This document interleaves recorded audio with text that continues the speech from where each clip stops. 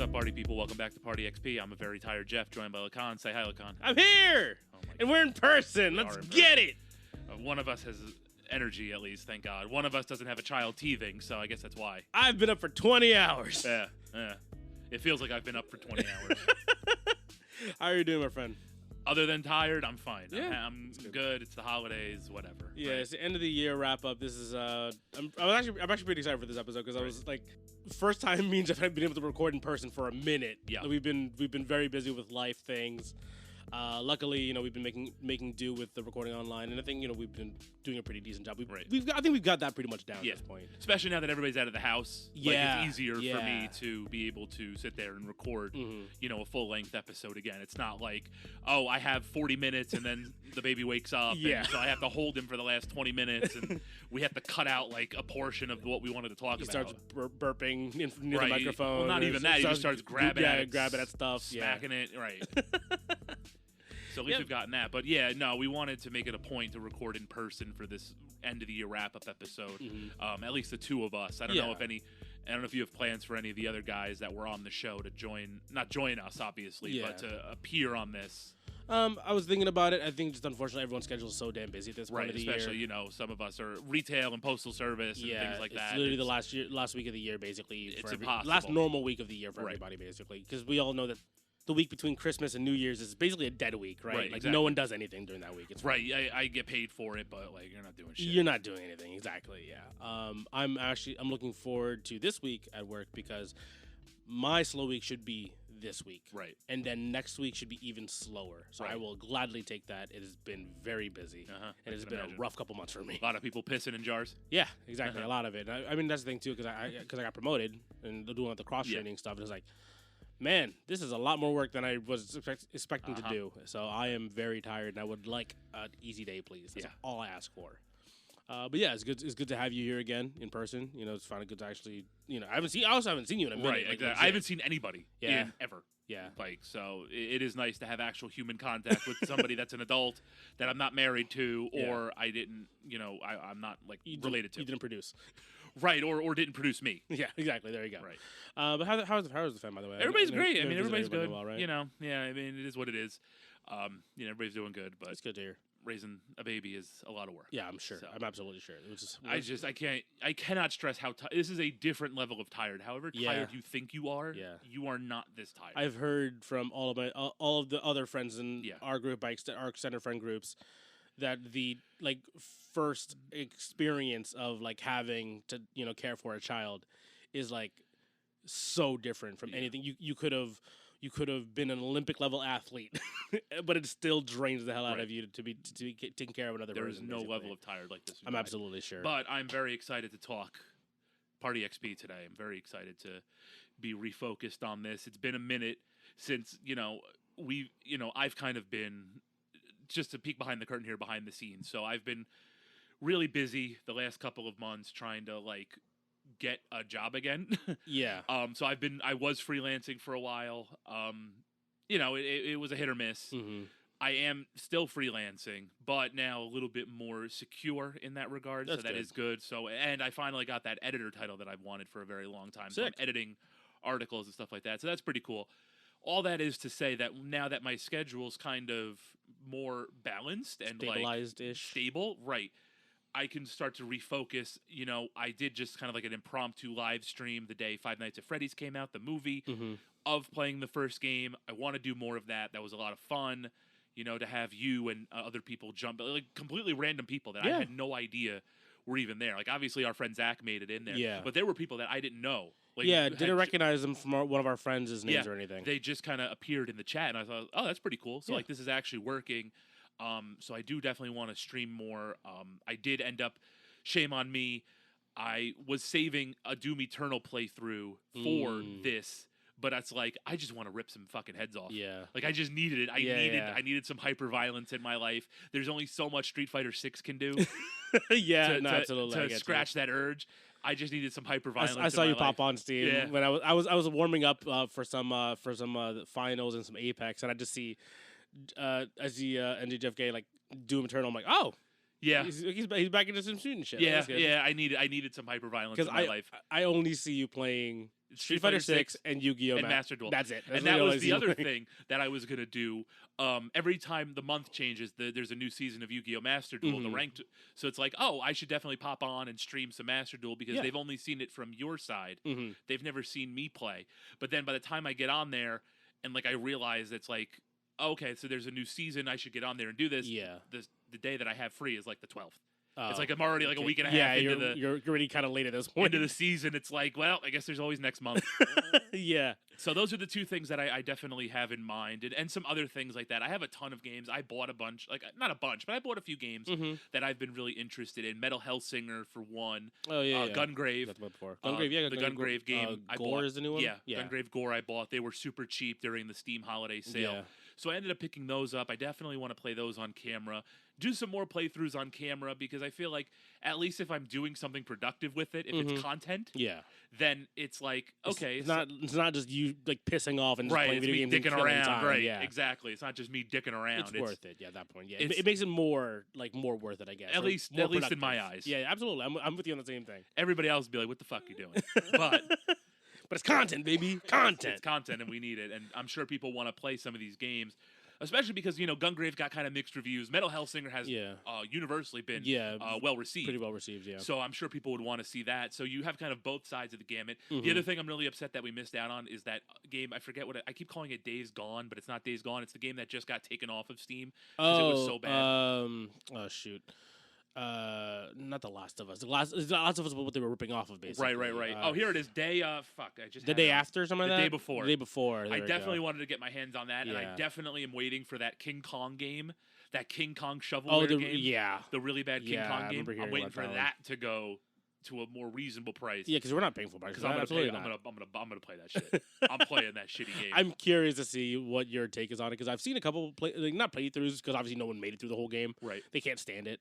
But it's just like, man, this just looks absolutely terrible. Right. And I'm kind of in for it though. You know what I mean? So that's kind of what it's like a hate playthrough, hate watch kind of deal. That's kind of my plans now for moving forward here. This year obviously was tough for me to be more involved. Obviously, having a child takes a lot of time away from you. Being in the midst of a career change kind of does that to you as well. Having both of those things happen throughout the summer is also something that was kind of a big deal, right? Yeah. Because summer is usually a time just like this where we kind of piss off and we a little more free time, a little more flexible with our stuff, and not even that too. I'm just busy doing other stuff. Oh, true. We're spending time with the family. We're going out, vacationing. Yeah, exactly. Absolutely. So it was all kind of a perfect storm from March until now, and so I kind of think that moving forward, I know we always say, oh, be on the lookout for this, be on the lookout for that. It took us a year to get another video on the YouTube. So shame on us, but look, I think with things kind of balancing out the way that they are and kind of we have our own little lanes. I also do have another surprise. I talked to Lakan about this before, about something that I wanted to do on the main feed for a while. I think there's also an opportunity to start another project on the feed, so be on the lookout for that as well. I think people will really enjoy that, but I'm really looking forward to 2024. I think, like I said, now that I don't have like a soul-sucking day job taking the life out of me, and, I kind of have a balanced schedule. You kind of figured it out for the most part, right? I think that there's an opportunity to do some fun stuff here. Absolutely. Yeah, and we're looking forward to 2024. 2023 was, again, a bit of a hectic year for us.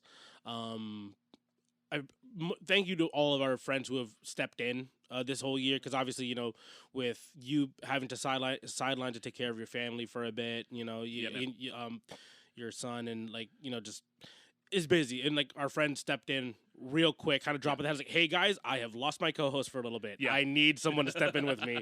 And I think the system that I ended up kind of figuring out with 3 episodes, 1 something kind of conversational, then 2 kind of the traditional format. I think that's kind of a good way to have it. Definitely. So we can actually 1, the conversational episodes are fun because we can actually hear what they think about things, and it's just shooting the shit basically. Yep. And for you, the listener, you can hear what kind of what we just do, how we talk about shit. You know what I mean? Right.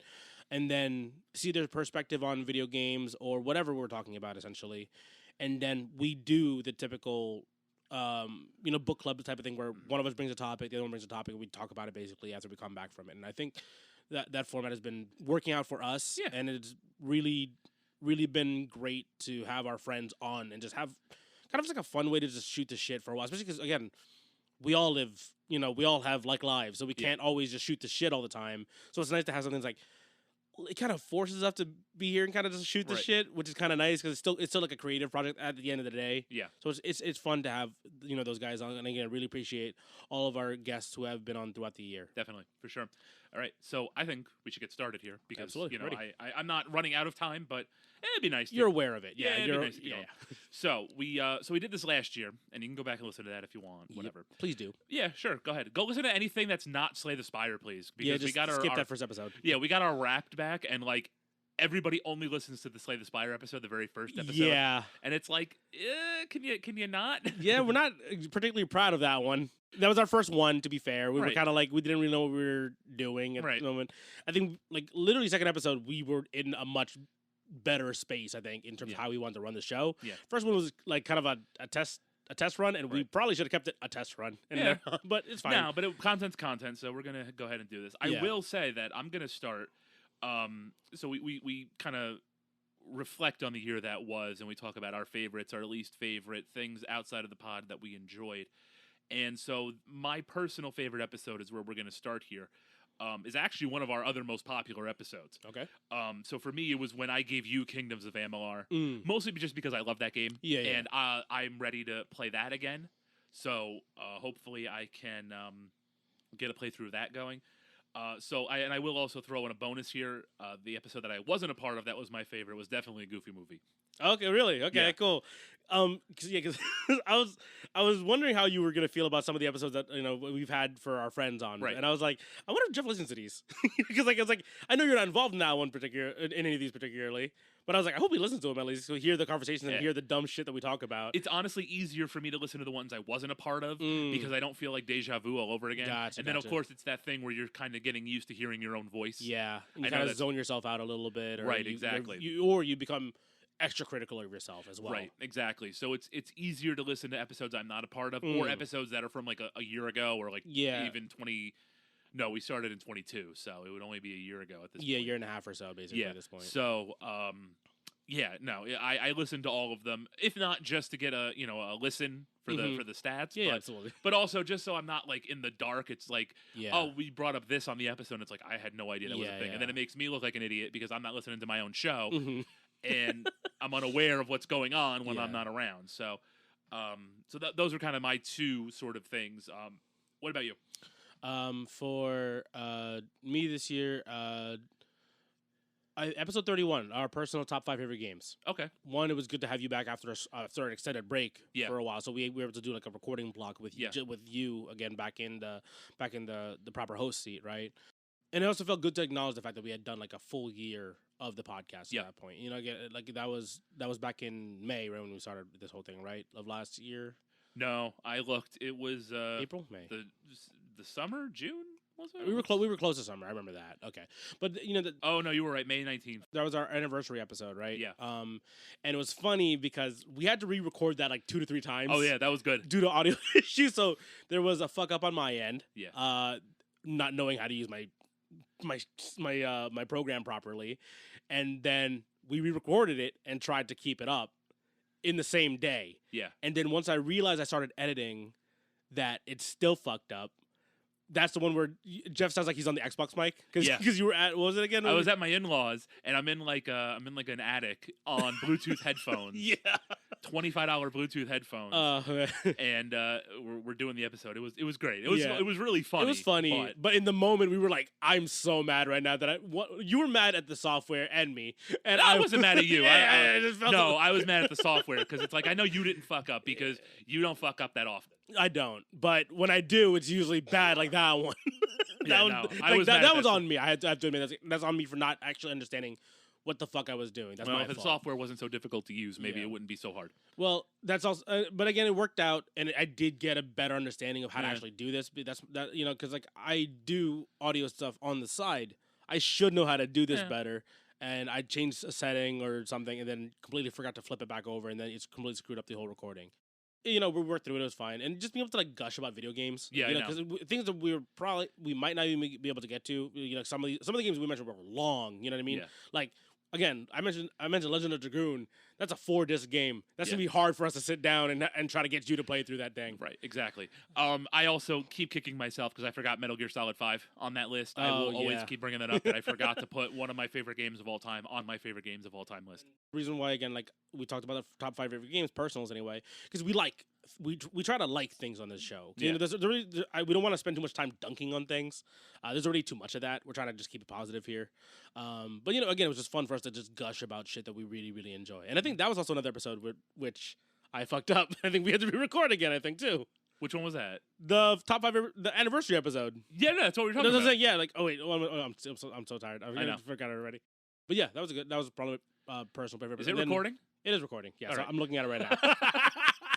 Imagine it just fucking up again. I'd die. And then my like I had to argue with this one. Was the Prince of Persia episode with John. Okay. I remember saying like, "Oh, isn't this the bad one?" Like I had not like a hard statement, but I was like, I had a pretty strong preconceived notion of that game, and I started playing. I'm like, shit, this is a good game. I'm gonna fucking eat it right off the bat. I'm having fun. Yeah. Basically. Oh god. And I mean, it was good having John here, and it's funny because when me and John were recording, we ended up just shooting the shit one day after one of the recording sessions for like 4 hours. Yeah. Like, it was like 4 p.m. and I was like, I have to go to sleep. Like it is very late, but but again, it's like. It's good to have our friends on. Again, we could shoot the shit all fucking day, and it was just kind of cool to have one of those like hangout sessions, essentially after the recording too. Yep, exactly. Yeah. I guess I'll do the next one here. So again, we're following the same format as we did last year. Favorite episode suggested to you, so the one that you have received one. Right. For me, episode 44, Hatsune Miku games. Really? Yeah. Wow. Again, like I don't know a whole lot about Miku. And actually it just edged out episode 39, Jet Set Radio Future. Oh wow. Okay. So one, music games are always fun. Right. We talked about our love of music games, and I'm still not the biggest Miku fan. But it's nice to experience. We talked about like the overlap kind of within the VTuber space that I'm really into, and then like Vocaloid space. And I've been noticing it more and more recently because I've been watching a lot of concerts recently of both. Like, there's been an anniversary concert from one of the VTubers that I watched, and she sang a couple Vocaloid songs, and then another one that I also watched like a month ago or so. And just experiencing that live show that I saw in the app, which was kind of cool. You know what I mean? It's like, okay, is that same kind of experience of being in a chat on YouTube or Twitch, and I'm just like in there with thousands of people experiencing the same thing. Exactly. And the only reason why, or one of the major reasons for why Jet Set did not get the top spot is because during that game, as much as I enjoyed it, I felt sick most of that game because of the old camera. Yep. And it's that hard swinging a lot. Like gave me headaches, and I had to like actually stop playing. I'd like muscle through for an hour, start feeling sick. I'd sit for like 10-15 minutes, get a drink of water, come back, and then force myself to play through another hour and a half or so. And I was just like, I feel not good playing this game. While the game is fun, I'm dying. No, I get it. I get it, exactly. No camera cuts in Miku, so that's good. What about you? Oh, favorite episode suggested to me. I'm lumping them all together. It's all the John Wicks. Okay. I thought that was just so much fun to just sit and watch. It was number one. It was nice to just be able to sit and watch movies. For this. I couldn't pick one, so I just picked the whole trilogy. Yeah, that was a whole thing for us. But like, I knew I would like them. I just didn't know how much I would like them. Yeah, and I really like them. I'm still kicking myself. I haven't seen part 4 yet. Okay. Obviously, just life has gotten in the way. It's busy. I get it. But I would really like to see part 4 at some point soon. But for me, like I just kept looking at everything together, and it would always come back to, well, did I like that more than John Wick? Even Neon White, which was like so close to all. Did I like Neon White? Did I like Neon White more than all the John Wicks? So that's your benchmark essentially at that point. Basically, right. It's my favorite episode. Yeah. So it's like, did I like this one singular thing more than all the John Wicks put together? And I think like the Neon White episode was like pretty early this year too. Yeah, right? it was. It was was one of the early episodes. But also, it was like a Game of the Year contender for when it came out, and one of the best games to come out in recent memory. So, for it to go head to head with John Wick, funny enough, like they're similar kind of like aesthetics, I would say. A little bit, like kind mysterious guys in suits. Yeah, really sharply dressed. Bright colors. Right. Yeah, you're right. It's kind of the same thing. One's white, one's black. That's basically it. Exactly. So I mean that was kind of my thought was like, does this one singular property beat the entire John Wick series? And they didn't. Yeah, so okay. I'm just gonna go with John Wick. Yeah, absolutely. I'm happy that I got you into that series. I got you to sit down and watch that series, basically. So not just John Wick 4, but I think the Continental series that's on Paramount Plus is something that we need to check out too. Yeah, Ballerina comes out next year too. And I will be talking a little bit about that for later on this episode. Yeah, for sure. So let's move on here. Least enjoyed suggestion. This is relative because I liked everything you gave me. You actually had a really good batting average this year. Cool. Out of everything, though, I guess it was Vampire Survivors, but I did like Vampire Survivors. I really enjoyed it. It's just compared to Dead Cells, compared to Neon White, compared to John Wick, compared to, I think there was something else in there that you gave me, but just compared to everything else that you gave me, it was probably at the bottom of the list. It doesn't mean it's my least favorite. It doesn't mean I don't like it. It just means it's my least favorite of all the things that you gave me. Okay. I can live with that because last year, I remember the first year we did this show. The first episode. Yeah, first episode. And then I think... Oh, no, the third episode. I'm sorry. Third episode, you just hated it. Like, you did not... It was like, right off the bat, we had to, like, find one that you just did not like. And we did not click on whatsoever. Right. And I think I had another one later on down the line, too, where you were not really clicking with it. I mean, aside from VTubers, I remember that one. You're like, yeah, you get it, but you're not really into it. It was Crypt of the Necrodancer, by the way, episode 3. Go ahead and listen to that. You go and listen to that one. That was actually pretty funny. I'm still pretty proud of that episode. And something else. I remember something else we didn't click on as well, too. But you didn't like Killer is Dead. Yeah, that's actually my episode right now. Killer is Dead. Yeah. Because I think that was also beginning of this year, right? Yep. Okay. So episode 19, Killer is Dead.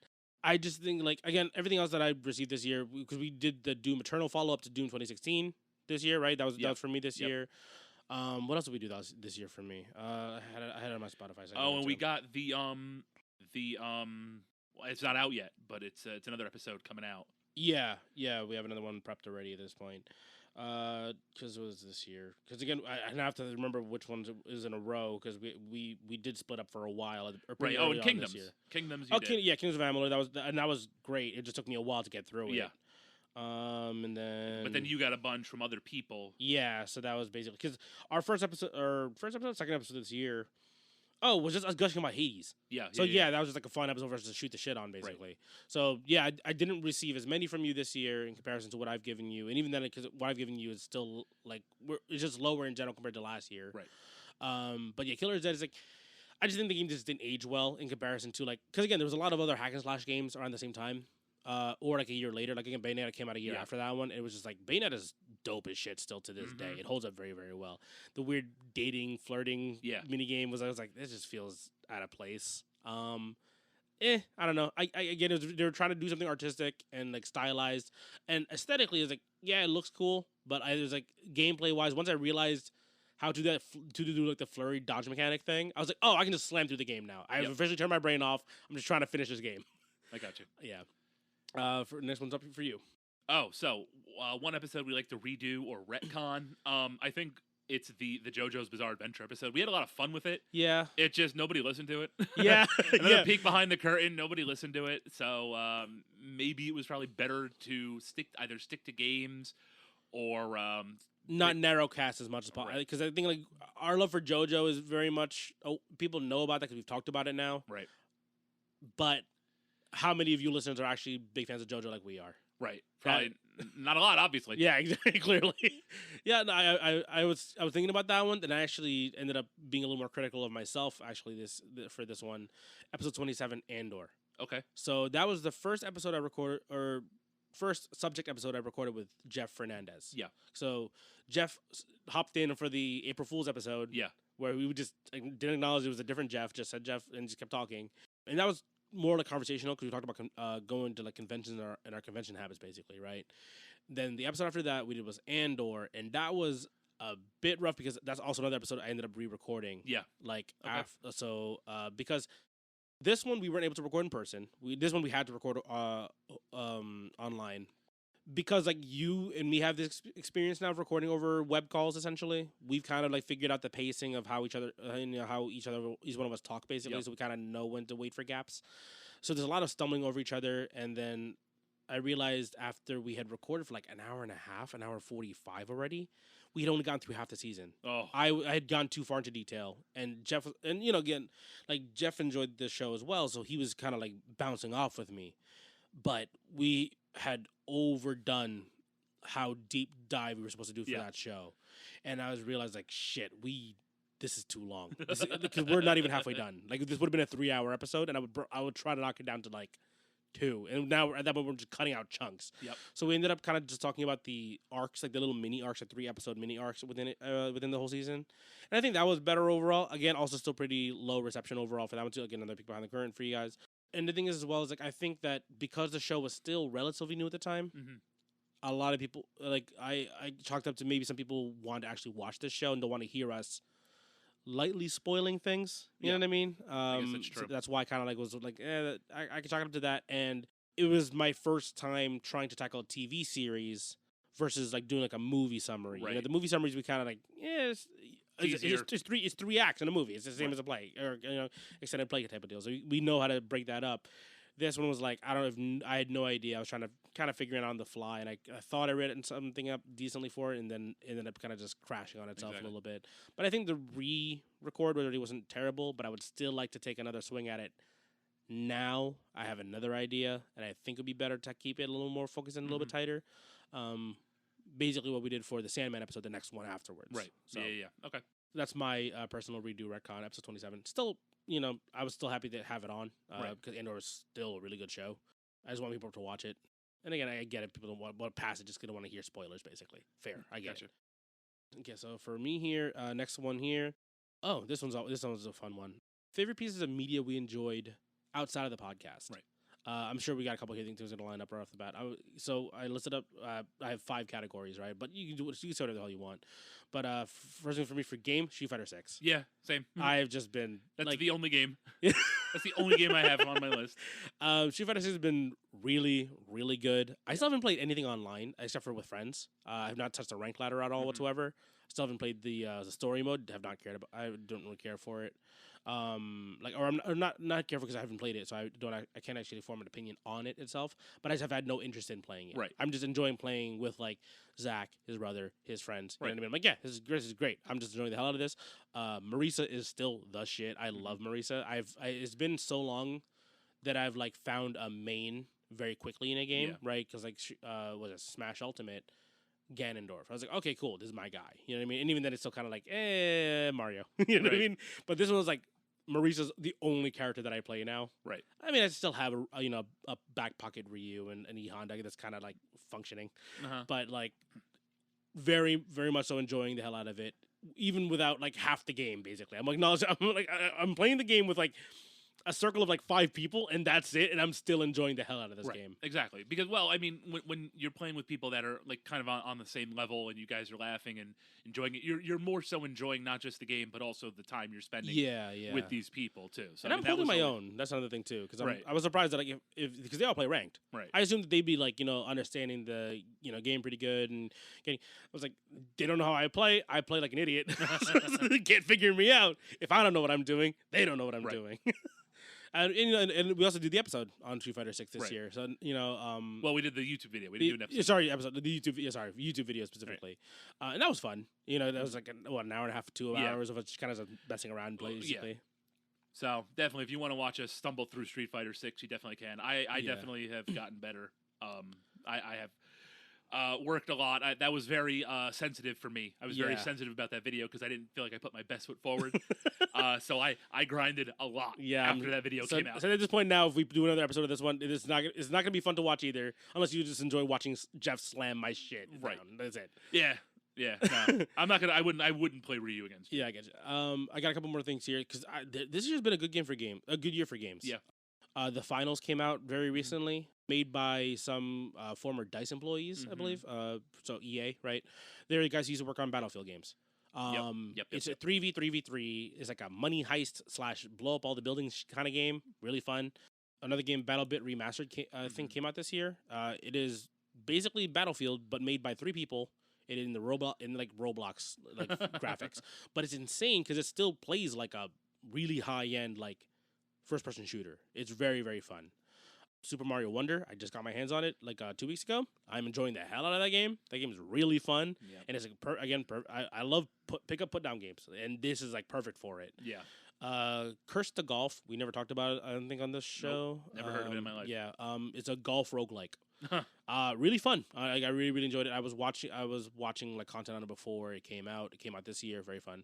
And then a game I mentioned to you this year, but I think we never got around to it. Disfigure. Mm-hmm. It is kind of like that, like Vampire Survivors, Hollow Cure, all those games that I mentioned that are like twin stick shooters or 1-stick shooters kind of deal.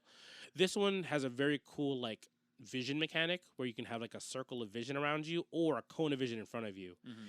You're just going around picking up different weapons and shooting like giant bugs basically. And it's really fun. I do want to shout out two other games that I had the chance to play a little bit. The Teenage Mutant Ninja Turtles Shredder's Revenge DLC came out. That was really cool. The survival mode, the new characters, the new outfits, like the new costume colors.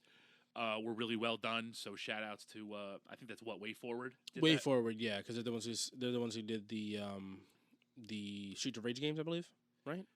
No, this is Tribute Games. Tribute Games, published by Dotemu. Okay.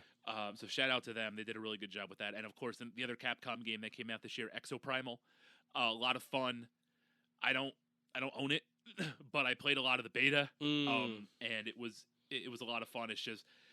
It was hard, kind of. It came out like the week I think the baby was born, or something like that, or like soon very close to it. Yeah. So like I obviously couldn't sink my teeth into it, and if I'm going to sink my teeth into one Capcom game, it's going to be Street Fighter. But I just wanted to shout out Capcom for Exoprimal. Not afraid to take chances on something new. I don't know how well the game has been received. I know it kind of got mixed reviews at the start early on, yeah, but I think it's kind of grown in its it's kind of found its niche in the last couple of months. At least I'm hoping, yeah, because I don't want people to be dissuaded about new IPs, right? Yeah, absolutely. So I definitely just wanted to shout them out here too. Word. So I only also saw one movie this year. Well, I saw two movies this year, but the one that I'm going to put is the FNAF movie. I just thought it was like the perfectly done. Like love letter to the fans, love letter to the series. The I Hear the Secrets That You Keep song has like been stuck in my head since the movie came out, on and off. I still have to see it. I remember you saying it was like an enjoyable watch. So right. I'll get around to it eventually. If you don't like the series, it's not an enjoyable watch. My in-laws actually went to go see it because they just said horror movie. Oh, really? They didn't know anything about it. Oh no! So it's just like these two older people and my 24-year-old sister-in-law in a theater with a bunch of like teenagers and 20-somethings. Yeah, and like millennials, like around our age, probably as well too. Right, exactly. Yeah. Just all it's William Afton. It's Freddie and Bonnie. Is that the bite? Exactly. And my in-laws are just sitting there like, what is going on? Yeah. It's very referential, basically, right? That's exactly. Like if you haven't played the games, if you don't read the books, or if you haven't watched any of the playthroughs, right? Exactly. You're not gonna know what the hell's going on. Yeah. So like I haven't played other than the first one basically, but I've watched a lot of everything basically because we couldn't get away from it a couple years ago. Yeah. So like I just was like, okay, I guess I'm watching this game now. And that was also like I've referenced a few times. This was also my my pandemic project. So like FNAF, like watching all the game theories on FNAF was like my pandemic project. So like instead of doing something productive, I just got into FNAF. Yeah, that's fine. So hey, it paid off. 5 people watched the playthrough. So yeah, there you go.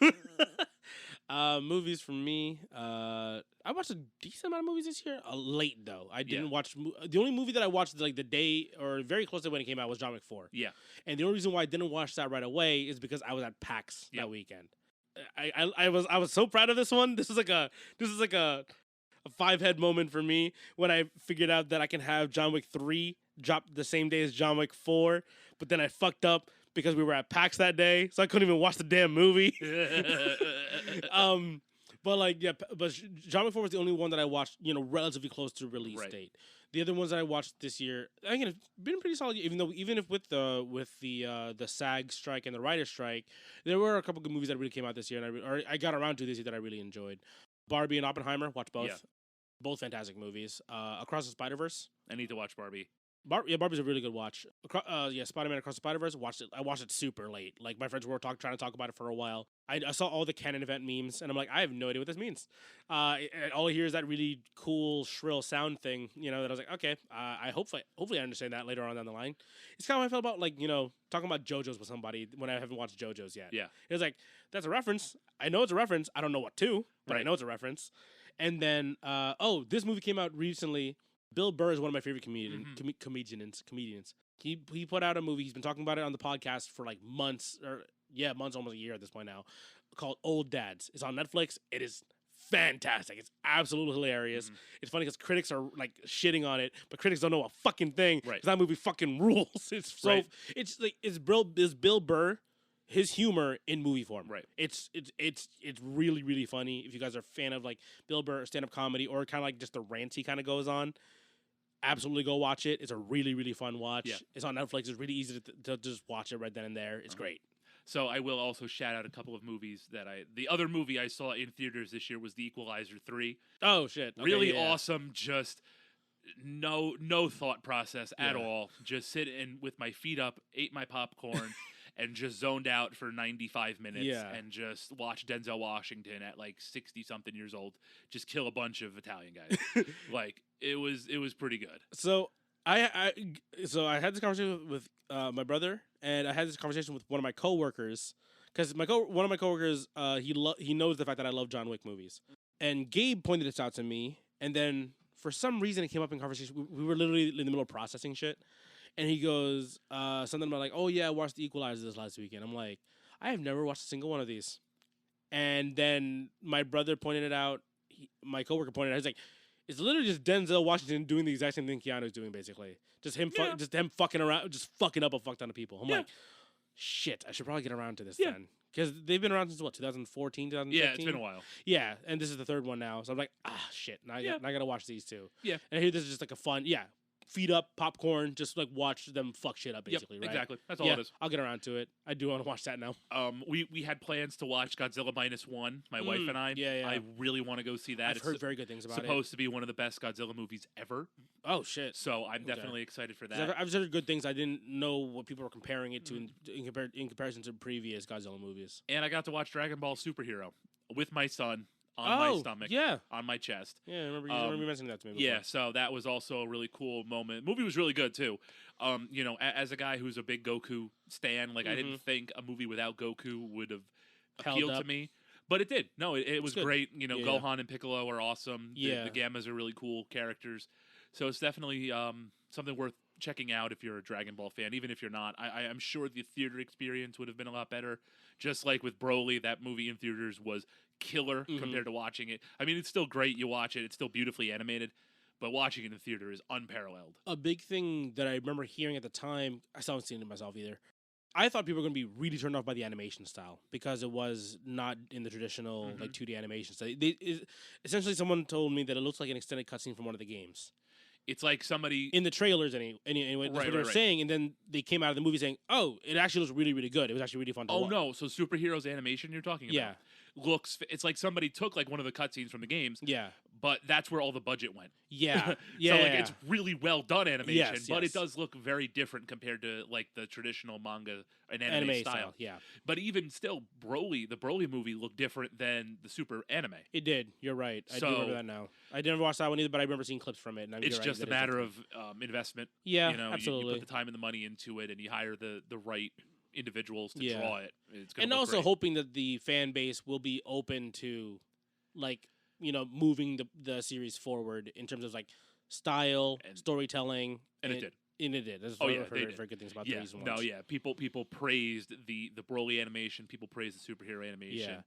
It's always like people just dooming before the actual thing comes out and they actually get to see it. Exactly. It's just them being negative Nancy's and just being like, oh no, it's not the same that I want. I experienced it with Attack on Titan. Yeah. Like, it's like I remember when they changed studios in season 3, I think it was. Like, oh, it looks so bad now. I was like, it still looks pretty sick. I don't know what the hell you guys are talking about. And you're talking to a guy who read the manga, which is not a very good looking manga. No, definitely not. Like, it's very brutal looking, but it's not a good looking manga. Right. So it's like going from season 1, 2 to 3 in Attack on Titan, I was like, y'all need to calm down because it still looks fantastic. Same thing for like the Dragon Ball. So I was like, it still looks really good. It's not the same old style you're used to, but also, guess what? Things change. Hold your tongue, watch it, and then make an opinion. Right. But in the current day of the internet, everyone just fucking spews out bullshit and before they actually fucking get to see anything. Yeah, yeah. But yeah, that was it for movies for us. You got any shows this year? Did you? I have a show. A show. It has kept me alive in those late nights when my son is awake, when I'm feeding him. It's a podcast. It's Deadlock. It's called. It's a professional wrestling podcast. Oh, we talked about this before. Yeah, I've talked about this before. Or offline anyway. We talked about, so it's one of the guys from the wrestling YouTuber troupe that I watch, New Legacy, Johnny, and then two guys that he owns a wrestling company with, Tony and James, funny enough. And they just talk. They do a lot of like retro wrestling reviews on like old episodes of Raw, SmackDown, WCW Nitro, Thunder, TNA Impact, and all of that. So it's just fun to like just sit there and relive, and it's easy listening to when especially at like 3-4 o'clock at night. I'm just trying to like kind of stay awake. Yeah, but I'm not trying to. But I have to go back to sleep. Yeah. So just to have them talking is refreshing to me. So that's definitely been the thing that I've kind of relied on this year. And I guess to piggyback off of that, I think I mentioned it to you before. I said it to a group and no one ever listened to me because all our friends just ignore whatever I say. No. But the Wrestle Me podcast, I think I mentioned that to you a while ago, where essentially it's these two guys from Stack, which is like a whole podcasting company at this point. Mm-hmm. But one guy is not a wrestling fan, the other guy is. He like knows everything about it basically. They go through all old footage of like the old Raws, WrestleManias, and they basically go through all of them. And then it's funny enough now that the guy who didn't know anything about wrestling, now he's legitimately like a guy who's pretty knowledgeable about like a lot of it now. So it's like I think I recommended it to one of our other friends in the group chat. He checked out a couple episodes. They're on YouTube now. So if you want something to just like throw on in the background, again, same thing when you're up at fucking 4 a.m. or whatever, taking care of your son. It's like throw it on, hear these two guys and see what they think of because they're British dudes, British whatever, UK whatever, one of those things. I still have no idea how the whole UK works, but because I listen to it from the perspective of a guy who doesn't really watch wrestling. Mm-hmm. So I'm kind of like on the other guy's side. I'm like, okay, yeah, like, I understand why people can like this. Yeah, it's kind of very similar to how we did our episode on it, basically. I was like, okay, I get it now. I kind of get it now. And I just get to and then the one of the few times when I'm like, oh, I remember watching this one. Hell yeah. Okay, cool. I actually know about what happens during this whole like pay-per-view. Episod 9 Pro Wrestling. Please check that out. Go ahead and listen to that. And then also check out VTubers because those are basically like sister episodes. Yeah, basically. We're kind of proud of that one too. Yeah, right. Shows for me, I had a lot of shows that I caught up on this year. Because again, same thing for me is like, again, I just did not catch them as they came out. This year was pretty busy.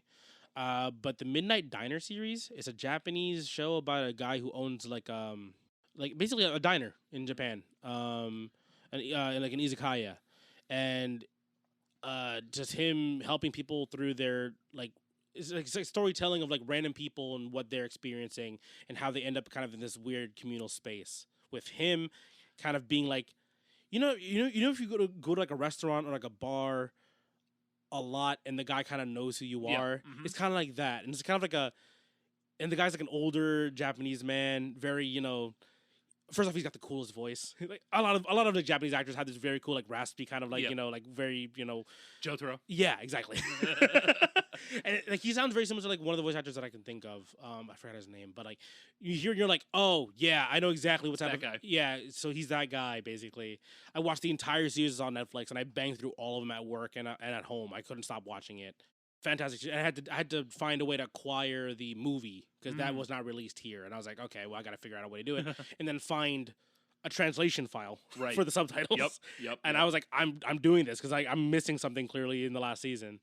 Blue Eye Samurai came out recently. Yeah, it is an animation on Netflix. Very, very good. I just started it, but I'm really enjoying it. One Piece. One Piece got the live adaptation. And it is good. Yep. It's good. And this might be the time I finally get the urge to actually continue the anime. Because I've gotten to Water 7 like 7 times and never continued.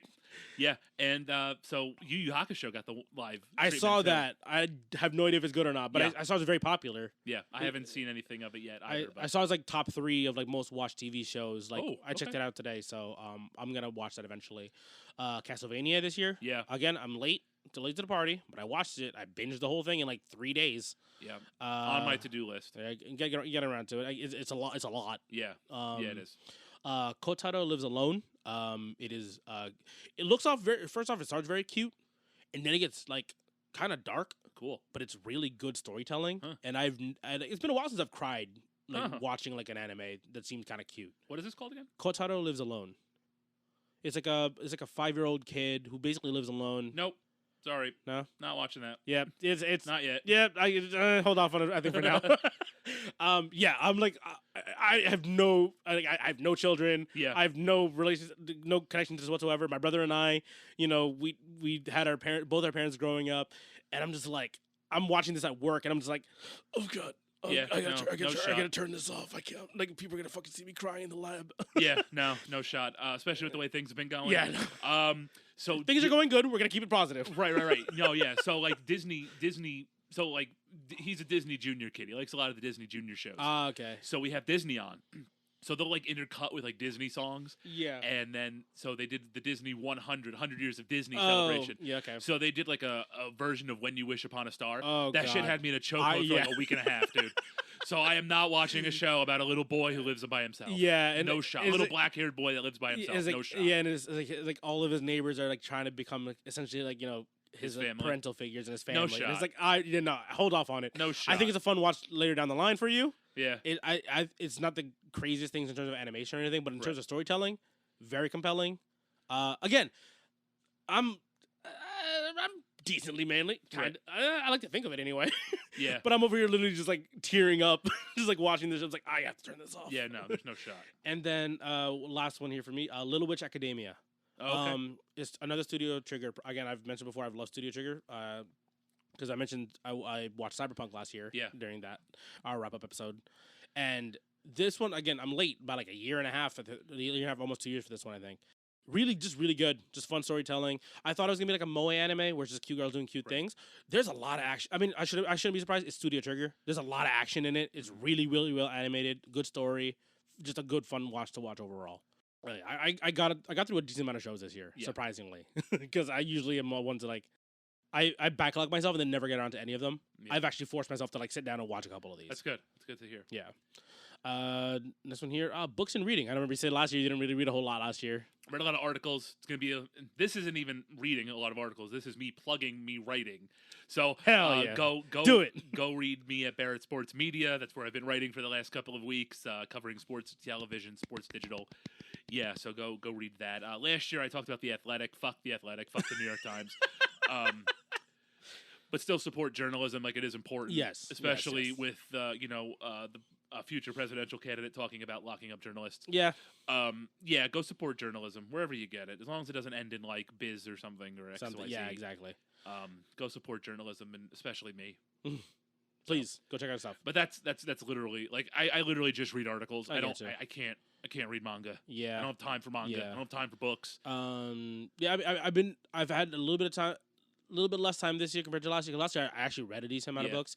Again, the ongoing joke in our friend group is that I'm illiterate and I'm dumb and I don't like reading. I've also said it on this podcast. I don't like reading. Yeah. But I did get pulled into a couple audiobooks this year and a couple of just regular books that I actually read them and then listened to the audiobook afterwards. I wanted to rehear it.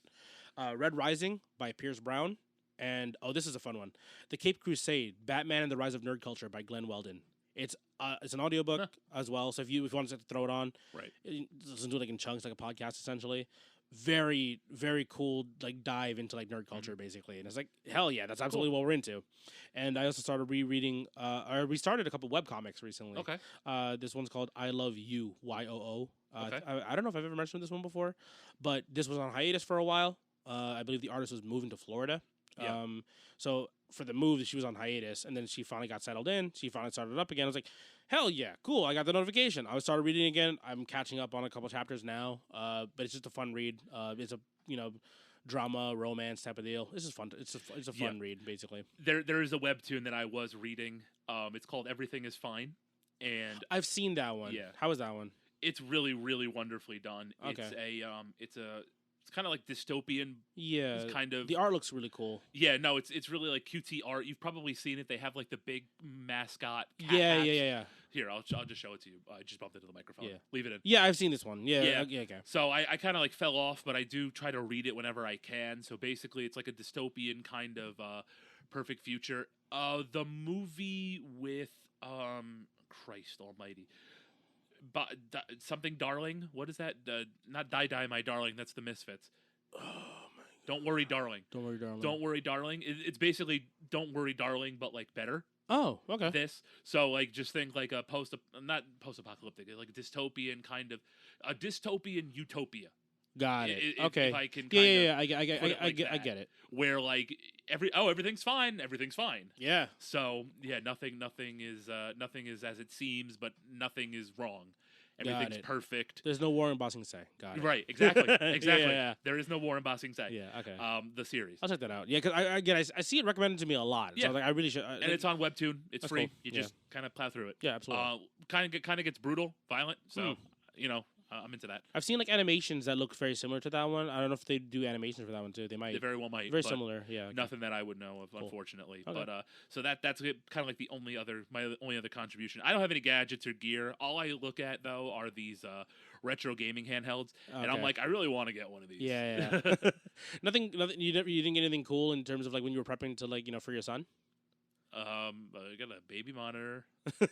I got My friend got I had another friend of mine who had a baby recently, and he told me he had this basically is an espresso machine but for babies, where like it just has the milk in there and it like warms it up, and it's almost like putting a little K-cup kind of thing into it. That's crazy. And I was like, I kind of just want that for me. Yeah, that's like next level shit. No, we have a traditional bottle warmer, dude. Yeah. We don't have any of that shit. No, nothing crazy. No, nothing crazy. Yeah, I remember coming over. I actually got to see your son a couple times this year, which I'm very happy that we were able to find the time to meet up, because again, we don't live exactly close. We're not that far, but we're not that close anymore. Right. But I was able to swing through a couple times and actually get to meet him, and it was very cool. He cried when I held him.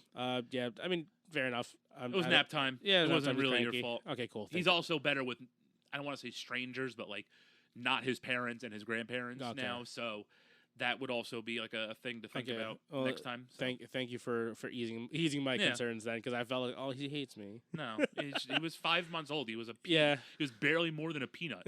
Like, you know what I mean? So don't worry about it. Yeah, that's good to hear. Gadget and gear. I have 2 this year, and they're very recent. I got a Backbone phone controller. Yeah. Which it's just cool. Yeah. Like, for what it is, I guess. Which is weird because again, I have devices that do Steam Link, that do remote play, that do all this other stuff already. But it's just nice to have a controller on my phone. Yeah. And then the PS5 DualSense. Yeah. I bought one pre-owned from GameStop. Oh wow. Okay. For $40. What? Because they're like $70-$80 for a controller, which I'm already kind of like, oh, that's pricey, but they're like half price if you buy them pre-owned. So I bought, like you see, it's over there on my little stand over there. You see it, the white one. Okay, yeah. Yeah, $40 because I had the $5 coupon because I'm a pro member, that kind of thing. And I was like, yeah, I'll pick one of those. And I got to experience, because the only time I ever experienced it before was playing DNF Duel at my friend's house and Grand Blue Fantasy at my friend's house. And that does nothing with the adaptive triggers, the haptic vibration shit, whatever, right? And then I played, like, Siege on my PC, and that is full support. So it feels like, it has, like, that slack and then click, and, like, oh, that's when the gun goes off. It's like, oh, this is sick. This is absolutely insane. Now I'm like, where do I buy a PS5? I know, right? I just want to throw more money at the thing, basically. It's like, shit, I should have done this. Now I fucked up. Yep, exactly. And we did a whole episode about controllers. I'm a controller nerd. Like, I love weird features like this. You know what I mean? Like, I was like, this is absolutely my shit. And for $40, this is a fantastic controller. It's really, really, and it just fills out. I remember mentioning before. It just fills out the little bit of extra meat that I want on the PS4 controller, basically. And that's why it feels really good in the hands. Episode 35. Check that one out, please. Best and worst controllers. That was fun. That was a lot of fun. I got a lot of flack for that one because I had 2 cop-out answers. I know. And that was a fun episode. But yeah, like, again, 2 relatively recent ones, but the Backbone phone controller and the PS5 DualSense. Very cool devices. Yep, for sure. So, what's your most played game this year, do you think? Ooh, I was actually just digging through my Steam account earlier today. In terms of like time overall spent, Apex Legends and Slay the Spire. Yeah. Those are my comfort games, right? HoloCure had a bunch of big updates this year. Yeah. The HoloLive fan game. Peglin is the goblin, like the Peggle roguelike, which I mentioned before. Mm-hmm. Deep Rock Galactic. I went on, even though we did the episode, right? I went on like a stint for it. I dug into that game. It was fun. And then Street Fighter 6. Just in bursts, in terms of like the fact that this game took over my life for like 2 months straight while I was still trying to do the podcast shit. Yeah. I was like, fuck, I want to stop playing video games and just talk about movies and shows with like other guests. But I was like, they want to talk about games. That's fine. Right. But Street Fighter 6, it's such a good game. I'm very much enjoying myself with that one. Yeah. So for me, it's definitely Street Fighter 6. Okay. I'm already at 100 hours basically. Are you? Shit. So it's already more than Ultra. It's already more than Dragon Ball Fighters. It's definitely more than Street Fighter 5. More than a lot of games on my list. In fact, it's fourth right now behind Destiny 2, Duel Links, Master Duel, and Lost Ark.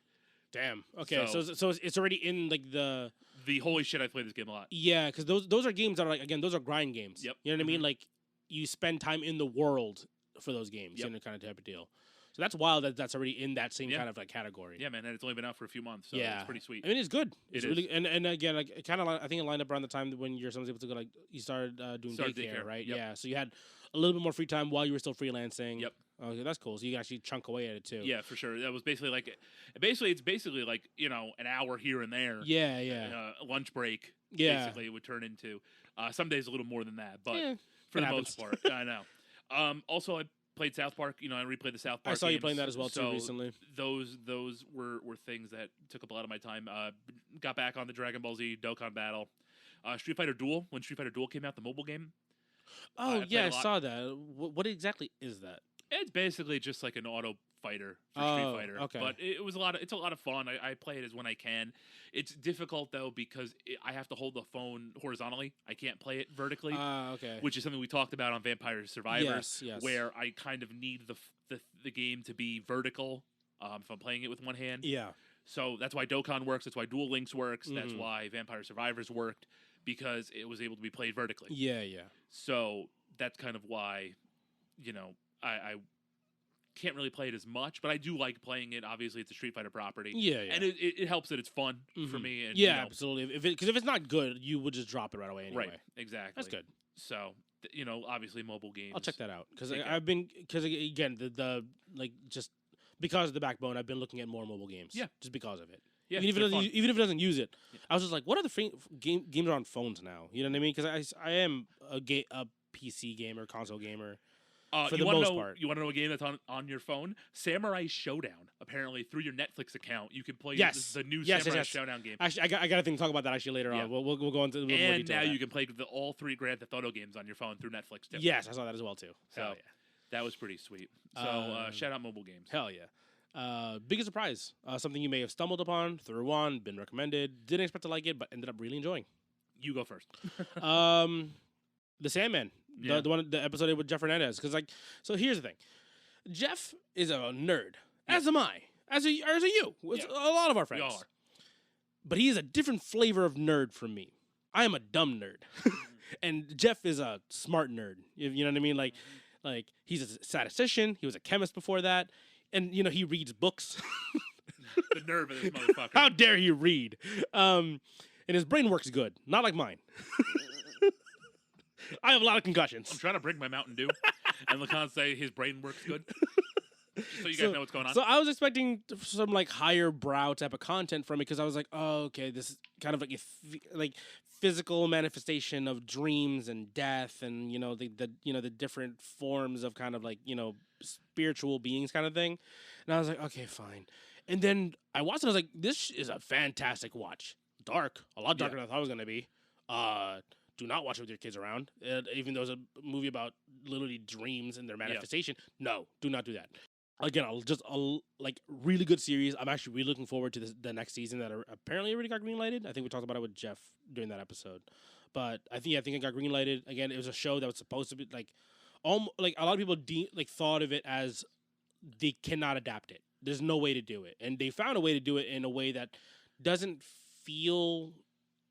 What's the word I'm looking for? Campy, or kind of cheesy. Cheesy. Yeah, no, it has moments, but it's really well done, and I really enjoyed it. Again, I just wasn't expecting to be a big fan of it, because his sister, him, were so excited for it, and I was like, I have no idea what this is. I have no idea what you're talking about. Sure, good for you. You know what I mean? It was at Comic-Con a couple years ago. They were advertising it, and I was like, fine, whatever. It's nerd shit. Then I was like, oh no, this is absolutely in my wheelhouse of nerd shit. I'm absolutely into it for sure. So I will bring this back to the pod. I think my biggest surprise is Dead Cells. Yeah, because I figured I would probably like it. Like, it seemed pretty cool. I didn't know I'd like it that much. Yeah. And so I was really into Dead Cells, episode 45. Mm-hmm. So you can go back and listen to that. Thank you. And I really, really enjoyed it. It's like I know like you're the roguelike guy. Yeah. So, you know, they're kind of like hit or miss for me. Depending on what the genre is, essentially. Because roguelike is kind of like an umbrella term, and then the gameplay is different. Yeah, exactly. So for me to enjoy that as much as I did, like it was a refresh. It was really refreshing. I mean, and I was relieved that I was like super into it. For sure. Yeah, I was happy for that one because again, I was like, I knew you're a Castlevania guy. Yeah. And I was not, but like I like Metroidvania, so I was like, okay, I'm still kind of down with this. You know what I mean? And like, I know me liking roguelikes is kind of like not getting stale, but it's a lot. It is a lot for me. Yeah. That's a majority of the games that I play, but like. I'm sure it's one of those things like I know I have one in the chamber that Jeff's actually gonna enjoy, and that I'm happy that one you end up enjoying a lot. For sure. Another one here. I have 3 overall. So Backbone. Going back to that one. So this game called Combat Master. Okay. Super generic sounding, right?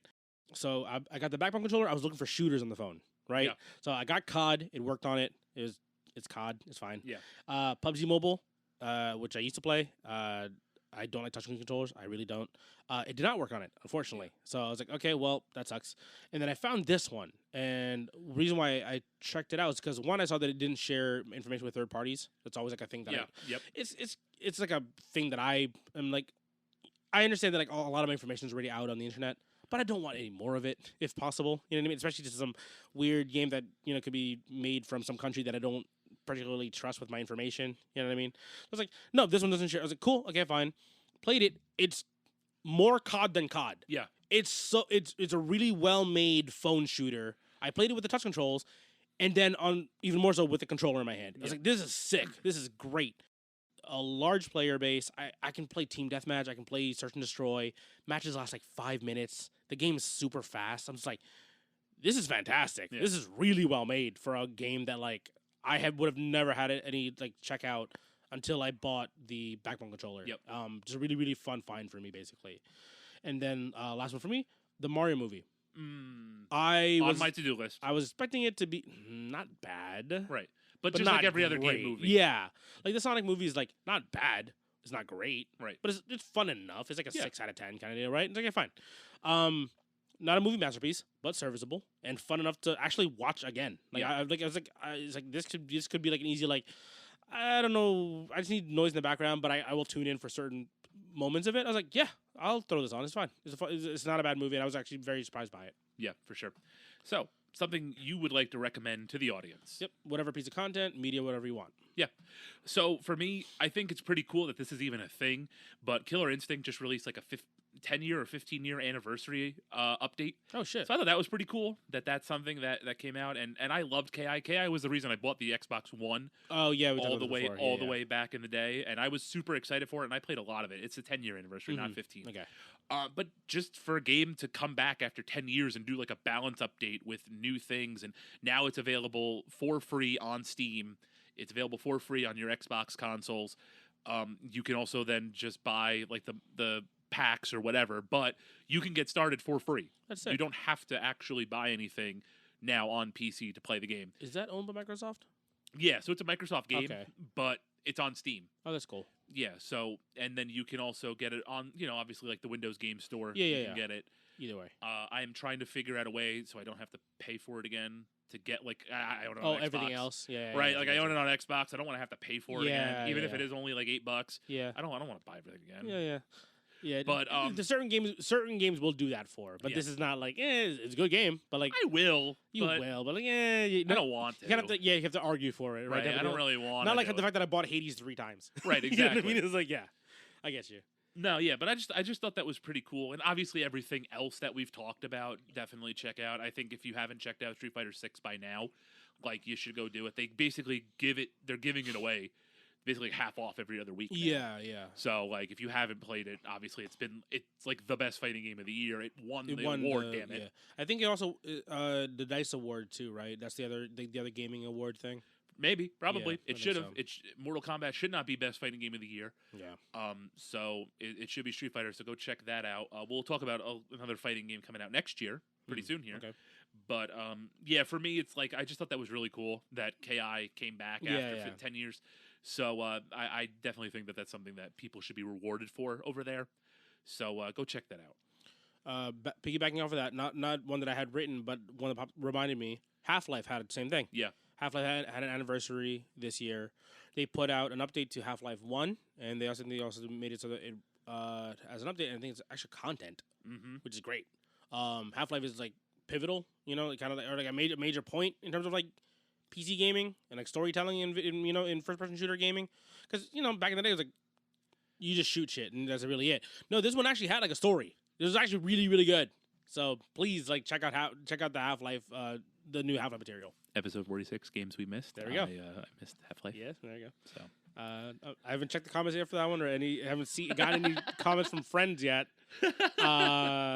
Gabe has some comments for me. He said he will talk to me afterwards. Jesus Christ, I'll talk to you after school. Yeah, exactly. My brother's gonna call me out on it, basically. Here. Oh well, whatever. Yeah, but so the first one that I had written on mine that for recommending to the audience, we talked about it before, you mentioned it, Netflix games. Yeah. I only started looking to it because of the Backbone. Again, another callback. There's Dead Cells, Into the Breach, TMNT, Shredder's Revenge. Yeah. Like, those are all on Netflix. There's a lot of garbage on there, too. But, like, there's some, like, major titles I'm like, I paid for this. Yeah. And I will gladly pay for it again, but they're giving it to me for free, so gladly I have it on my phone now. Yeah, it's been a big thing, so obviously, like, I've been writing about this for a little while now. Netflix is really committed to gaming. Yeah. Because they think it's kind of like the next step of there's only so much content to go around, especially the library content. And especially because there's so many other brands competing now, too. Right. So you had, like, Netflix used to be your one-stop shop for everything. And which then is great. Peacock wanted The Office back, and Hulu wants their stuff back, Paramount wants their stuff back. Gaming, it's a little different than that because you don't have these studios really trying to pull their stuff back. And there's kind of like this open market now for streaming games. Yeah. So Netflix kind of figures if they can stream movies, they can stream games. Yeah. So that's kind of been their like idea now moving forward. And they have a lot of really good games. They have the Oxenfree series, which is a really nice what would you call it? Like a it's like a really narrative-driven kind of game. Storytelling kind of thing, Yeah, really narrative-driven kind of story-type game. Not really a lot of action to it, but... You get immersed into it. Yeah, but there's a lot of immersion into it. They have a lot of, like, League of Legends story games on here, too. A lot of things based on, like, Stranger Things, Queen's Gambit. Those are pretty good. Yeah. I played I played the Stranger Things game before, I think, early on. Did you play the Shovel Knight game? Which one? Dig? The Shovel Knight Pocket Dungeon. Pocket Dungeon. Yeah, I had that on my Steam Deck on my computer, and I was like, "Oh, cool! Another way for me to have it just in case I don't have something on." I was gonna say it's like made for you. It's a roguelike Shovel Knight. I love that game. It's fantastic. But yeah, like so we talked about Sam's Show is on Netflix now. Grand Theft Auto. Yeah. The PS2 games, the definitive editions. Unfortunately, I guess they're basically they're the mobile ports of these games. So you're playing it on a mobile device. I mean, it's fine. It's not like you paid $60 for it. It's literally included in your Netflix subscription. Right, exactly. Farming Simulator is on here now. Yeah, I saw that too. and just like there's so much stuff, and there's more on the way. Yeah. So like that's the thing with Netflix. Like, they're committed to this. Yeah. So they're trying to iron out a couple things with certain games, like Moonlighter. Like I love that game. Yeah. It's a roguelike where at night you go into a dungeon to kill monsters and bring new shit to sell in your store during the day. Yeah. It does not play great right now, but working with the developer there, because I'm assuming there's like a funding thing here going on as well too, and distribution thing. They're actively participating in like trying to make these games run better on phones and kind of optimize for phone controls and layouts. And the next step, of course, is going to be putting these on your streaming devices. Yes. And then what they want to do, and they've already started to do this in Canada and the UK, is turning your phone into a controller so that you can play the games on your big screen. I heard about it, like a soft rollout, kind of like early testing type of thing about it on another podcast. So that was cool. So a lot of cool stuff there. Netflix is really stepping it up. For a while there, Netflix was on like my chopping block, but my family loves it. Yeah. Like I'm the only person that doesn't use Netflix, and now I use Netflix a lot because I'm playing these games on my phone. Just because there's so much available here, and more on the way. So definitely some good call. Definitely something to think about. Very cool. Very cool way to expand their user base. So Netflix games. I got into these this year. And technically last year as well, but I never mentioned it. The Batman audio dramas. Okay. So there's Batman Unburied, which came out last year. This year was Harley Quinn and the Joker, Sound Mind, and the Riddler, Secrets in the Dark. Mm-hmm. Audio dramas. I listen to a lot of podcasts at work. I'm in a lab. I'm just trying to keep my sanity. But like actually hearing like a story, I got into audiobooks this year as well too, and last year. These are really just fun, like 30 to 45 minute like episodes basically. And the writing's good. Hassan Minhaj helps write. He's a massive nerd too. He writes for a lot of this stuff too. They're just fun. They're good. They're really well done. Lance Reddick was in one of them as well too. Yeah, damn. I don't know. Damn, I forgot. He was the voice of Bruce. He was Thomas Wayne, Bruce Wayne's father. And I was like, oh my god, damn it! Damn. I was like listening to it. I actually like once Reddick had passed away. I was like, I have to go listen to it back again. Just hear his voice. I was like, damn it, he's so good in this one too. I know, it's good in everything. Yeah, man. And actually this year that was the thing I figured out. Audio dramas. I read into a couple of them. Marvel's Wastelanders was another one that was on Sirius, and then eventually I put onto Spotify because Sirius is dying. I guess I don't think people were paying for satellite radio anymore. But it's really fun. There was like there's like 6 different chapters or 5 different chapters of it. They cover different heroes that have basically been in like a post-apocalyptic. The villains won essentially, and this is like in the future type of deal. Very good story. Very good story. Because those came out like 2017, 2018. Very fun. And then Wolverine, The Long Night and the Lost Trail. Same thing. Like a lot of these, I like. Once I heard one, I was like, I'm in the rabbit hole now. I'm looking for a lot of these, and these are also very, very good. It's Old Man Logan, essentially. Yeah. Kind of like because he's old and like he has a lot of stories to tell. Basically, this is one of the stories that he essentially experienced. Very, very fun to listen to. Yep. But yeah, this year was the year of like drama podcast for me. There you go. Something new. Yeah, something cool. new. I want to try something different. Yeah. Just podcast it basically. Upcoming things you're most excited for. I want to start. Okay. Because motherfucking Warhammer Space Marine 2 is coming out this year. Finally. Yeah. You fucking heretics. It's coming out. I'm so excited. I have fallen in love with Warhammer. Yeah. Just because Doom Eternal, there hasn't been a third Doom, so I needed something else that's hyper machismo, hyper violence, hyper fucking heretics. Yeah. So I fell down the Warhammer rabbit hole. That's fair. And I love these big, beefy, fucking hyper masculine, hyper violent Space Marine dudes. Yeah. And this game looks sick. It's wild how like in the last couple of years I've found more friends falling down the Warhammer rabbit hole. Because, like, I was, like, adjacent to it. Like, I know a little bit about it. I played a little bit of the video games back in the day. And, like, I have friends who play the tabletop games. I was going to say, one of our friends is really into Warhammer. Yeah. So like, actually, 2 of our friends are really like Warhammer. Who's the other one? Jason and Matt. Matt likes it, doesn't he? I think you're right. Oh, yeah, you're right. Yeah, Matt is Warhammer as well. But Jason loves Warhammer. Yeah, Jason's very into it. I know that. I knew that already. Yeah. But, yeah, I was very, like, adjacent to it. Like, I kind of knew about it. And I was like, I get it. I've read up on some of the lore, and I'm like, I watch like one of the YouTube channels that I watch is them playing Warhammer. It's kind of just like, because games run a little long. I was like, I can just have this in the background and just like tune in for when something funny happens or something. I was like, yeah, that's fine, because again, it's kind of like storytelling during the game. It's like watching a battle play out basically. And yeah, I'm not surprised that you're excited now. For this so one. I tried playing Tacticus, which is like the newest mobile game. Yeah. Unfortunately, you kind of hit like a free to play wall. Little bit, yeah. And I've read that as well, I wasn't really trying to spend. Obviously, like I was freelancing, so I'm not trying to spend money on anything, let alone anything more than Dragon Ball.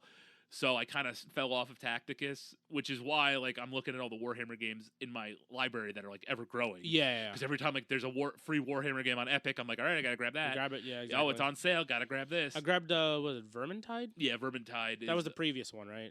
Something like that. I know it was free. There was a latest one that came out like this year or late last year. Darktide, I think. Darktide, was the latest one. So I had Vermintide, and I was like, okay, this is enough for me to like just kind of wet my whistle, just get enough for me to just get into it. I'm fine not fully falling down this rabbit hole. It is a very expensive rabbit hole. That's why I'm trying to stay out of it. Right. No, I will definitely never play the tabletop game. Yeah. But I will play all these games because they're all fucking awesome. They're very well made. And again, I think there's also they have an FPS that came out this year too. I think so. I think you're right. There's just so many like Warhammer bolt games gun or something like that, like nail gun or something. There's like something kind of like, again, something where it's just like hyper brutal. Basically, it's like I think it's like a boomer shooter. I think that's what it is. Yeah. Hell yeah. I think this might be on both of our lists, but correct me if I'm wrong. But Tekken 8 comes out next month. Yeah. And that's awesome. Yeah, I'm so excited for it. I'm like, man, Street Fighter 6 and then Tekken, a new Tekken as well too. So we got a new Street Fighter, a new Mortal Kombat, a new Tekken. All we're missing is like, so we got KOF last year, 2 years ago. Soul Calibur needs Soul Calibur's still kind of kicking right now. Even, no, it's not. It's dead as fuck. It has there's like a cult following still with it. That's kind of what we it could is, use a new. We could maybe use a new Soul Calibur. Could use a new Soul Calibur. But so Sega kind of came out with that Core 4 announcement where they're coming out with like the new Golden Axe and like a couple of other games. Jet Set. Yeah, new Jet Set game. So they're kind of thinking like the next step from that. Right, or new games in the series. So they're thinking the next step is going to be a new Virtua Fighter, which will be pretty cool. When's the last Virtua Fighter that came out? Virtua Fighter 5 came out like a long time ago. Yeah, like 2010 almost, right? Yeah, I feel like. But they've done a couple of re-releases. They did a re-release. They did like a free-to-play re-release, or not. Maybe not a free-to-play re-release, but it was on PS and Plus. A slight battle, like a slight upgrade slash rebalancing. Recently. Yeah, I remember that. So, but we haven't had a new Virtua Fighter in a very long time. Yeah. So, you know, so we've already had like another golden age of fighting games come out, and there's still more that can come out. So that's really exciting. So Tekken 8 definitely going to be a lot of fun. Very excited for that. Be a really nice start to the new year. Knock that one off my list. You already covered me for that one. So this random game that me and Zach used to, I think Zach and Demetrius had it on Dreamcast called Slave Zero. They're making another Slave Zero game, another like super hyper brutal kind of game. Okay. It was it's on a Dreamcast game, so I probably wasn't too deep in that well type of games kind of thing. So Slave Zero X is coming out this year. So okay. I didn't even know that was a thing, so that was like a surprise to me. Sick. So I'm like, hell yeah, I want that. And of course, the new Dragon Ball anime, Dragon Ball Daima, is coming out, where basically they all get, they're all chibi, they're all kids again. Huh. So it's going to be Goku and the Supreme Kai. Continuation of Super? A new series. We don't know. Okay. We don't know if this is the GT replacement. We don't know if this is replacing Super. We don't really know what the story is going to be yet. All we know is that they're kids again. That's cool. For some reason. And so everybody's kids. Like everybody's kids. Maybe not just Goku this time. Okay. So it's not like and it's not like a retelling of the OG Dragon Ball or anything. Nope. It's going to be a whole new series. Original material. Yep. Dope. Produced by Akira Toriyama. Mm-hmm. Written by him too. Good. So that's super exciting. Sick. So a lot of cool stuff coming up in 2024. Probably more on the way. I'm sure. Once I actually really deep dive into things. Yeah. Right. And a lot of this is going to just be me catching up on 2023 stuff. Yeah. Because from March to like August, I just didn't consume any media. Yeah, that's absolutely fair. Perfectly fine. Right. Again, life got in the way. Right. Exactly. What about you? Yeah, cover. I'm just going to go ahead and rattle off a couple here. Listen to our PAX 2023 recap episode. Yeah. Because a lot of those games are coming out next year. Like Sentinel, right? Yep. I forgot what it's called. The one where it's like a stealth roguelike where you fight other robots and shit. Really dope game. A lot of those, a lot of those games we had release dates for them. Some of them got pushed back to next year. Some of them came out this year. We haven't got around to talking about them yet. Episode 25. Thank you. A lot of them are coming out next year, and I'm just looking forward to a lot of them. Mm-hmm. Pepper Grinders, the one that got announced on recently as well too. Like Mean of the Hollower, those are all supposedly coming out next year. Looking forward to that one. Rivals 2. Do you remember? Have you ever heard of the game called Rivals of Ether? Yes. Okay, so for listeners, if you guys haven't heard of it, it's like a melee. It's, in my opinion, the best melee-like game. Basically, It's a platform fighter. It doesn't have all the mechanics of melee. There's no ledge grabbing. There's no grabs in general. But it is like a very fast, very like you have to know your shit. You're gonna get one more combo if you don't. And they're making a new one, which is wild because they're a relatively small studio, but the new one looks insane so far. Where this one looks like it has grabs now. They have ledge grabbing now too, which is great. Which is, it's like, okay, depending on how you feel about it. I'm very cool with it having a lot more of the mechanics from Melee because now that they have the technology and the people to program it, they can do so. I'm very excited for it. It looks closer to a Melee experience with their characters, which I also very much so enjoy their characters. They're not just clones of like Smash characters, basically. Right. Can't you also mod characters into that? Yes, Ronald McDonald doing JoJo character, doing JoJo posing is kind of a major thing. Donald McDonald from Mugen. Yeah, exactly. Yeah, so that's exactly why. Sans is in that game. Yeah. There's the Goose from Untitled Goose game is in there as well too. Some of my favorite mods. a lot of the extremely accurate characters from Terminal Montage, the animator, they do like Cloud with a massive sword. Like he's like just covers the entire screen. There's like Melee Fox and Melee Falco. Marth's grab can literally grab across the stage, like referencing Melee Marth. It's really, really good, and I'm really excited for the new one. Here's what I'm cautiously optimistic about. I'm sure that you probably agree with me on this one.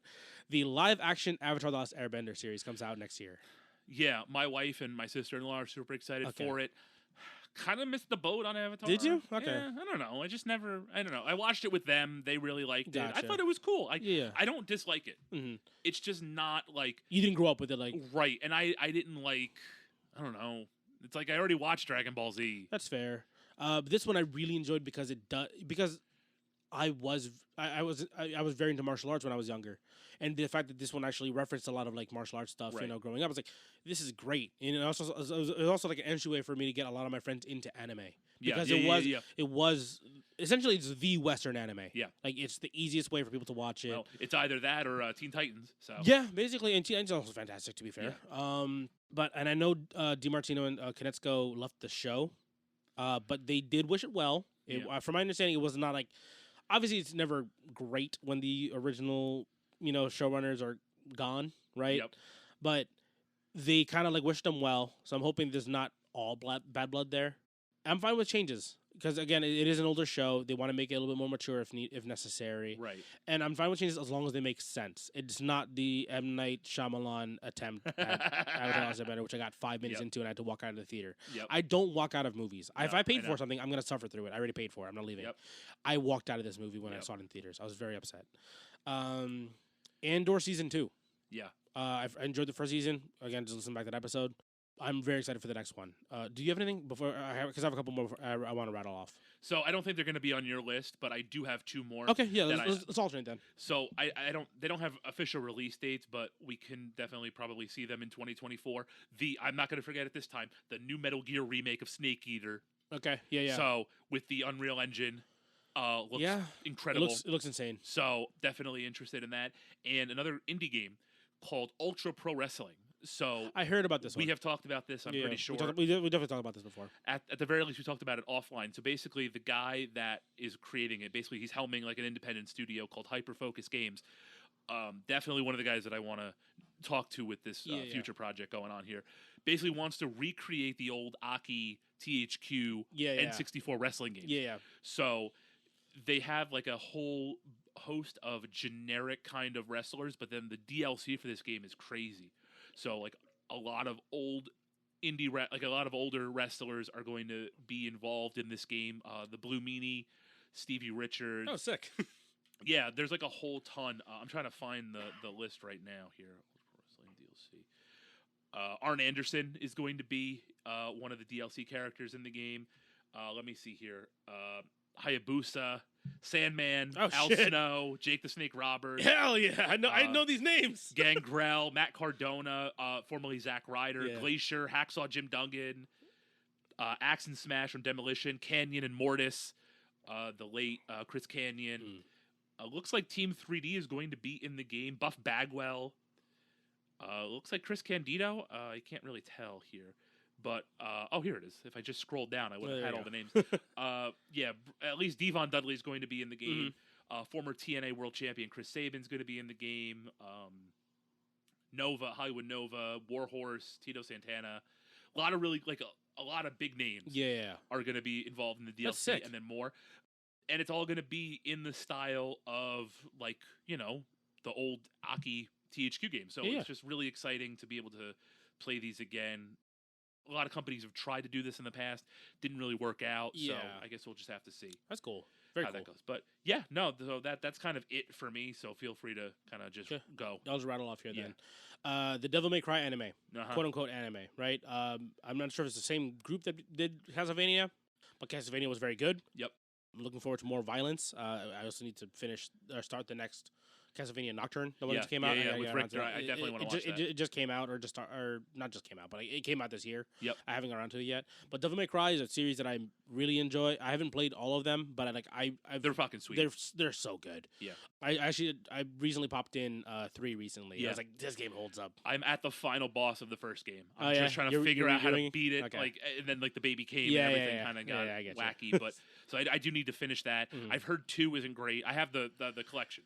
Yeah. I played that one as well too a little bit because they basically stayed pretty much true. It's basically just a proper port. It's good. Yeah, I enjoyed 2.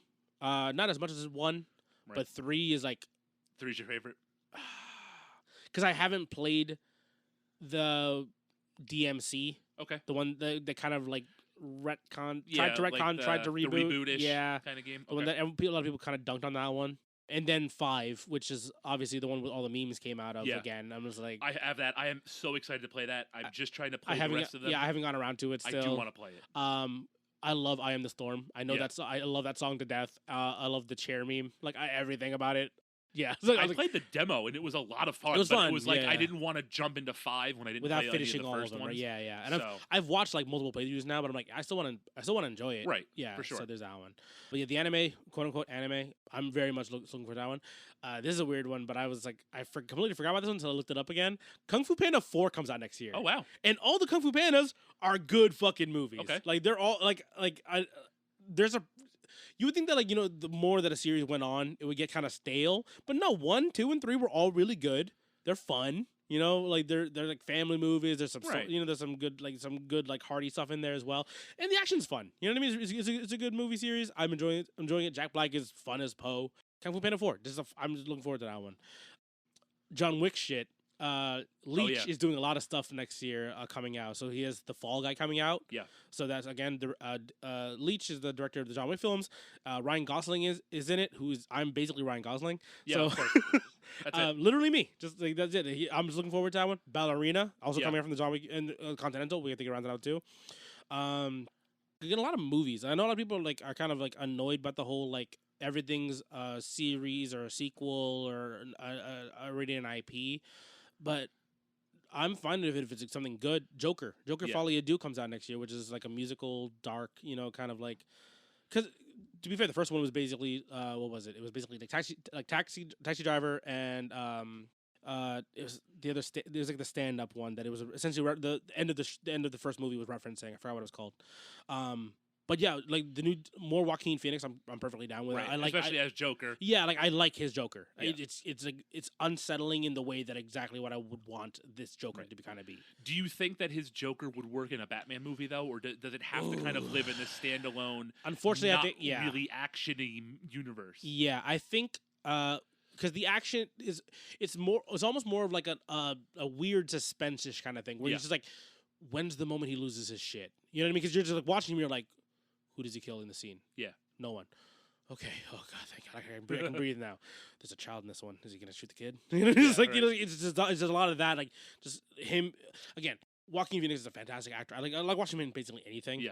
And it's just like, I don't know what the direction was for him for this one, but he was like, go for it. Yep. And if that was all his direction, I was like, fine. I want to see more Joaquin Phoenix doing his shit. Yep. I don't think it would work in a perfect example. I watched the Batman this year. Yeah. With Robert Pattinson. Yeah. I enjoyed it. It was pretty good. That was like a dark, brooding Batman, still kind of early on in his career kind of thing, where you could see he's more of a damaged person. You know what I mean? Versus like the Christopher Nolan Batman, which is more like unga bunga punchy man. Right. Right. For a lot of it. Right. And detective work. Batman's supposed to be the world's greatest detective. He actually does a bit of detective work in the Batman movie. Right.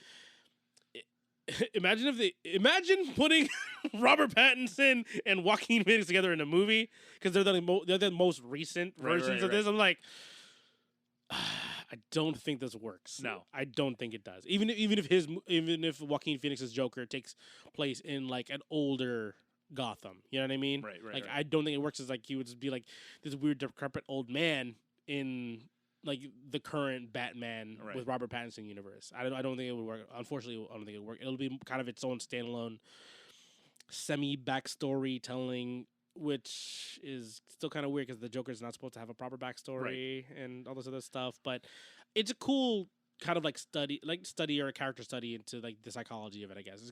I think that's why I've enjoyed it. It's more of like a character-focused drama piece. Yeah.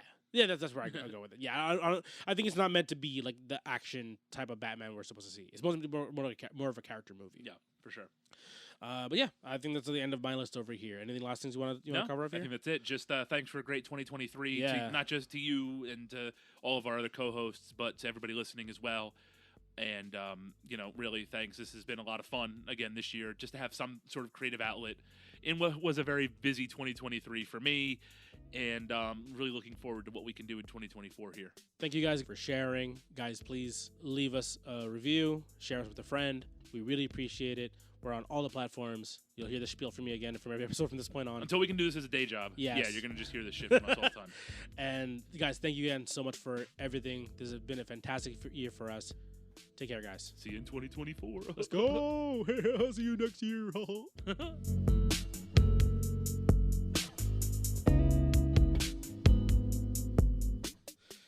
That's weird ass Banjo-Kazooie laugh.